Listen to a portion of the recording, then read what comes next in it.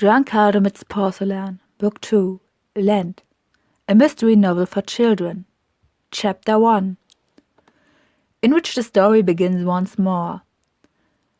There's a few things in life that are just unfair. For example, the fact that a lot of people are starving right in this moment, or that they don't have access to a doctor who prescribes them the right medicine for their ailments, or that they have to live with a particularly mean older brother, like one of the protagonists in my favorite movie, The Crocodiles.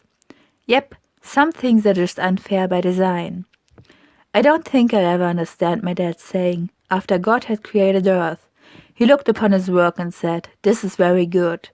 Really, even upon closer inspection, I wouldn't call the world very good, and rather very, very mean and unfair. I already told you about one of the worst things to ever happen to me when I recorded the previous book. It's unfair that my mom and my dad had gotten a divorce, and that my mom's latest boyfriends broke up with her as well. And it's unfair that I'm stuck in Rhineland-Palatinate, where my dad lives the jolly life of a pastor in the mountains of Thuringia, in a small village called Michtel that mostly consists of a narrow valley around a small brook with the same name that goes through a large dam just a few kilometers south of Michtel. Just so you can take a look at the map and take a look where I spent my holidays all the time. So yeah, my dad spends his days idly roaming around the Michtel Valley. Oh well, he doesn't idly roam it, he lives and works there, but it's pretty stupid anyway. The car ride from Radau, that's where I live, back to Michtel alone takes 4.5 hours. All that just to spend a single day in Michtel. 4.5 hours driving there and another 4.5 hours driving back again. It's quite exhausting sitting still in one place for that long, especially if you're like me and love toiling and running around on the outside. There aren't enough cookies and crisps and gummies in the world to fully alleviate the boredom of a car ride like that. And even if there was, after eating an entire bag of gummy dinosaurs, a bag of crisps, and an entire box of cookies, I usually don't feel very hungry anymore, and the inevitable boredom takes over. Once, I suggested that he, my dad, should maybe buy a space rocket, or at least a helicopter. But well, you know how adults get when it comes to actually listening to the very reasonable advice that children give them, and how they start inventing the most ridiculous excuses on why they can't follow through on our advice. A rocket, my dad claimed, would ruin the front yard roses through its repeated landings and set-offs, and a helicopter would make him sick, because it would just start spinning in the air if the back propeller ever failed its work. All excuses, if you ask me. He could at least browse the local hardware store or the internet to look for a non-pricey helicopter. The veranda at the back of the house would make an amazing landing pad. All we need to do was draw a big red H onto the tiles and boom, it'd be ready for our helicopter. My dad, however, doesn't act on my brilliant proposals. He doesn't even buy red paint. I'm telling you, someday he'll come to regret not listening to his 9-year-old daughter about buying himself a helicopter. Holidays were another unfairness.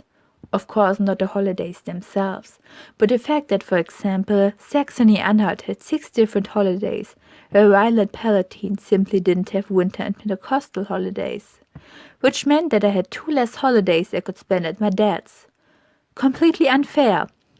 And since Rhineland-Palatinate simply lacked the concept of winter holidays, I'd already come to terms with the fact that the next time Kai, Louise and I would visit my dad's parsonage would be during the Easter holidays, because taking them along during our weekend-long trips would be too stressful and have a poor hours spent in car to hours spent in Michtel ratio. On normal weekends, it was just me and Bubblegum who visited Michtel. At least that's what I thought, until everything came very differently. Ash Wednesday came, and with it the beginning of the 40-day Lent before Easter, like our religion teacher had recently explained to us. It was also the day literal ash started raining onto our heads. We had been staying in one of the large basement rooms of our school, where 3rd and 4th graders took their religion classes together, when suddenly a part of the ceiling lining came loose and fell directly onto the register on our teacher's desk. He, our teacher, was covered in ash and dust, just as he'd explained the meaning behind the term Ash Wednesday. His hair turned grey with dirt, or even greyer than it had been anyway. He looked upwards with an expression of distrust, trying to see if he'd have to expect any further ash showers in the future, while the entire class took refuge beneath our desks, lest the entire ceiling was to come down.